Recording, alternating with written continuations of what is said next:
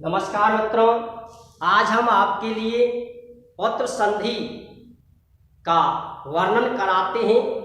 ये विसर्ग संधि का एक भाग है जिसका वर्णन हम आपके लिए आज कराते हैं। उत्तर विसर्ग संधि।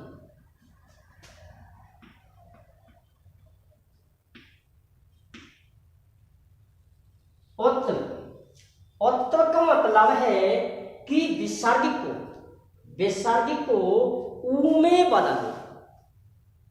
विसर्ग को ऊ में बदलना ही उत्तर विसर्ग संधि कहलाती। जिस नाम की संधि होती है उसी नाम के वर्णों में संधि के माध्यम से हम परिवर्तित कर देते हैं। इस संधि का जो सूत्र है वो सूत्र है 2।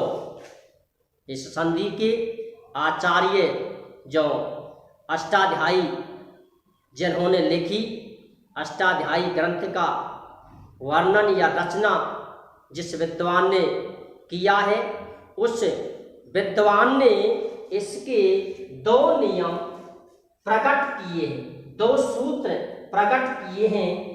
सूत्र नंबर 1,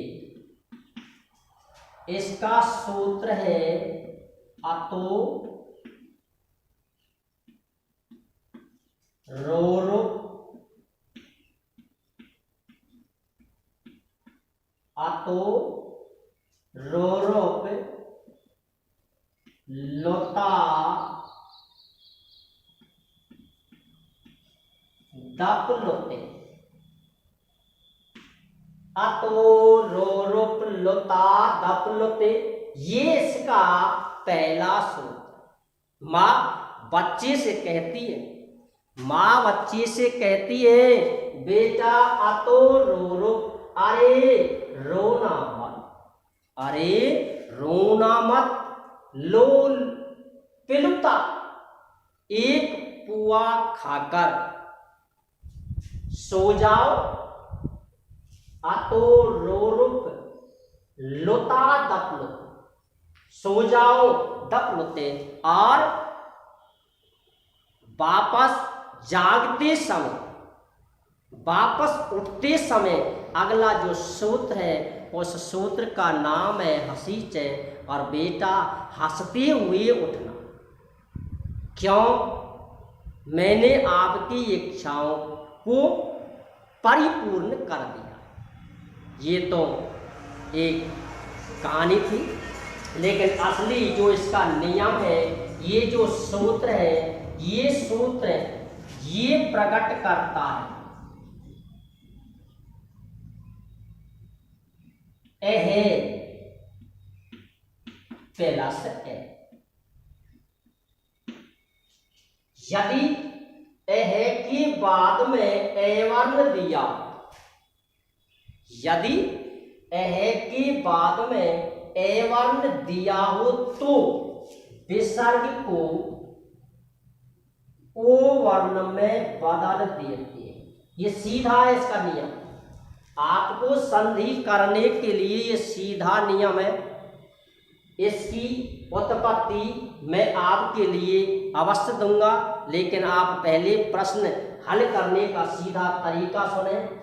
एहे के बाद में ये नियम बनता है इसका, एहे के बाद में यदि ए वर्ण दिया हो तो विसर्ग को ओ वर्ण में बदल देते हैं। और बाद वाले ए वर्ण, बाद वाले ए वर्ण को अवग्रह चिन्ह में बदल देते, जिसका नाम है अवग्रह अर्थाकार या पूर्व रूप। संस्कृत वर्णमाला में अच वर्णों की जो संख्या होती है वो होती है 13। उनमें ए एक पहला वर्ण है जिसका पूर्व रूप इस प्रकार से बना। आप इसका नाम एस के नाम से भी पुकार सकते हैं। अपने आधार पर जानना हो तो लेकिन असली जो इसका नाम है वो है पूर्व रूप अर्थाकार या अवघय चिन्ह। इस प्रकार से ये संधि का पहला नियम, यदि अह के बाद में या विसर्ग से पहले और विसर्ग के बाद ए वर्ण दिया हो तो विसर्ग को ओ वर्ण में बदल देते और बाद वाले ए वर्ण को अवघय चिन्ह में बदल देते। ये ऐसा हुआ क्यों?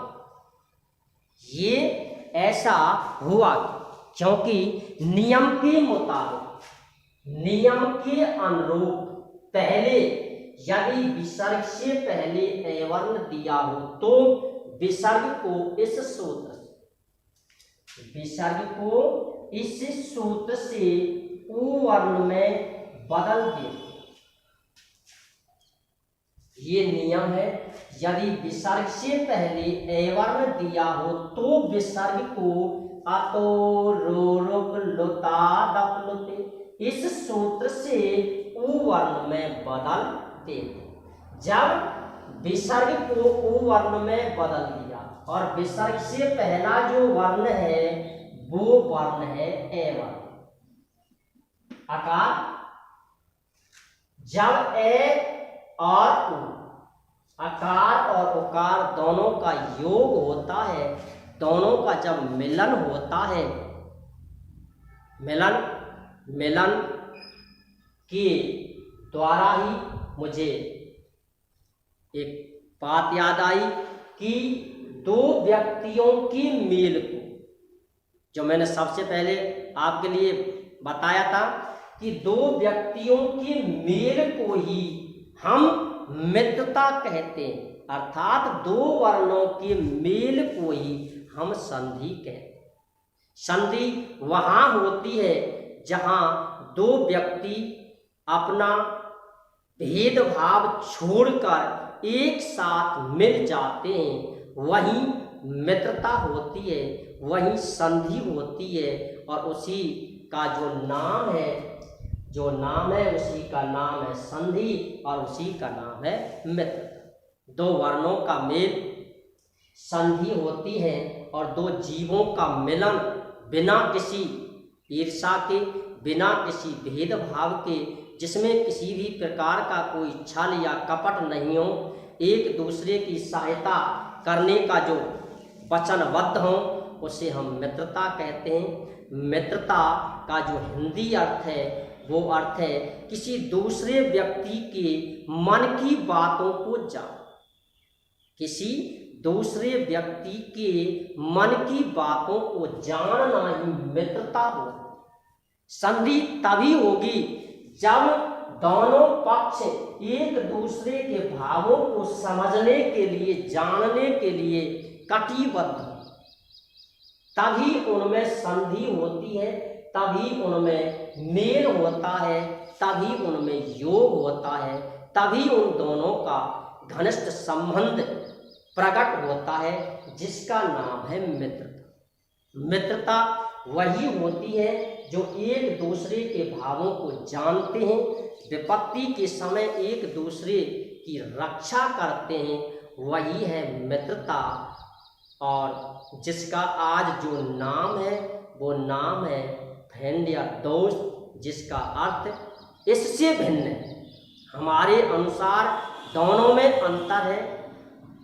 इंग्लिश का शब्द है या लैटिन भाषा का शब्द है फ्रेंड, और ये जो भारतीय संस्कृति का जो शब्द है वो है मित्रता। इन दोनों का अर्थ हमारे अनुसार दोनों का अर्थ अलग है, चाहे अर्थ एक ही हो, इसी पर चलते हैं। जब ये दोनों मिलते हैं तो सूत्र काम करता है आदि गुण। ये सूत्र काम करता है आदि गुण। ए और उ का जब मेल होता है तो आदि गुण सूत्र से दोनों वर्ण उ वर्ण में बदल जाते। नंबर 1, यदि विसर्ग से पहले आकार दिया हो तो अतो रो रुप लुता। इस प्रकार से ए के बाद में यदि ए वर्ण दिया हो तो अतो रोरुप लुता दपलुते सूत्र से विसर्ग को उ वर्ण में बदल दे। इसके बाद आद गुणे सूत्र अपना कार्य करता है और ए और उ इन दोनों वर्णों को ओ वर्ण में बदल देता है। ओ वर्ण के बाद ए वर्ण आने पर ईन पदांत गति अपना कार्य करता है और बाद वाले ए को अवग्रह चिन्ह में बदल देता है। इन तीन सूत्रों के माध्यम से अतो रोरुप लुता दपलुते आद गुणे और ईंग पदांत गति इन सूत्रों से ये स्थिति प्राप्त होती है। जैसे यथा कहे पहला से अब विसर्ग से पहले ए और विसर्ग के बाद ए। एक ही चीज आपको याद रखनी है कि यदि विसर्ग से पहले ए वर्ण दिया हो तो विसर्ग को ओ वर्ण में बदल दिए और बाद वाले ए वर्ण को अवग्रह चिन्ह में बदल देते। ये इसका सीधा नियम। यदि विसर्ग से पहले ए वर्ण हो तो विसर्ग को ओ वर्ण में बदलते हैं और संधि लिखनी है उत्तर विसर्ग संधि। और भी शिवो शिव है पहला से अर्च, ये है विसर्ग से पहले ए वर्ण और विसर्ग के बाद ए। इसका रूप बना है शिवो अर्च। आगे देखो राम है कैलाश ए वर्ण। विसर्ग से पहले ए और विसर्ग के बाद ए तो इसका रूप बनता है रामो ए वर्ण। और भी सह कैलाश आप, इसका रूप बनेगा सो अप। लिखने में अंतर, पढ़ने में कोई भी अंतर नहीं। ये इसका पहला नियम। नियम नंबर 2, इसका सूत्र है हसी चे। इसका मतलब है कि यदि विसर्ग से पहले ए वर्ण हो और विसर्ग के बाद में कोई भी हस वर्ण में जो वर्णों की संख्या आती है वो आती है 343 है ये रे ले और ये वर्ण आते हैं। 345 का मतलब है प्रत्येक वर्ग का तीसरा अक्षर, प्रत्येक वर्ग का चौथा अक्षर, प्रत्येक वर्ग का पांचवा अक्षर। यदि ए के बाद में हसवर्ण दिया हो तो हसवर्ण में स्वर का कोई नाम नहीं है, व्यंजन है, इसलिए एक ही परिवर्तन करेंगे कि विसर्ग को ओ वर्ण में बदल दें। विसर्ग को किसमें बदल देंगे? ओ वर्ण। क्यों बदला? नंबर 1 सूत्र विसर्ग को ऊ में बदला, आद गुणे सूत्र से ए प्लस ऊ इन दोनों को ओ वर्ण में बदल देते। इस प्रकार से ये इसका दूसरा नियम है। तरीका वही है, एक ही आपको याद रखना है कि यदि विसर्ग से पहले ए वर्ण दिया हो तो संधि होती है उत्तर संधि। विसर्ग से पहले यदि आवर्ण दिया हो तो वहां संधि होती है विसर्ग लोप संधि। तब हम विसर्ग का लोप कर देते हैं और ए और आ यदि ये दोनों नहीं हो, कोई भी अचवर्ण यदि दिया हो तो वहां विसर्गस्य स्थाने रकार भवति, विसर्ग के स्थान पर रेवर्ण होता है। इसके उदाहरण जैसे यथा आपका इस प्रकार से ये इस संधि का दूसरा नियम है। हसीच इसका सूत्र है।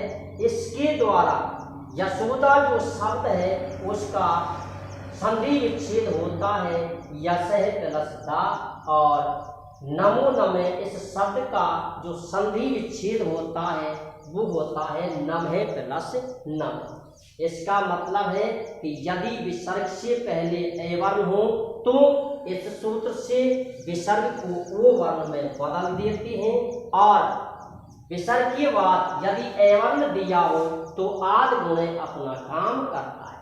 आद गुणे जो सूत्र है वो सूत्र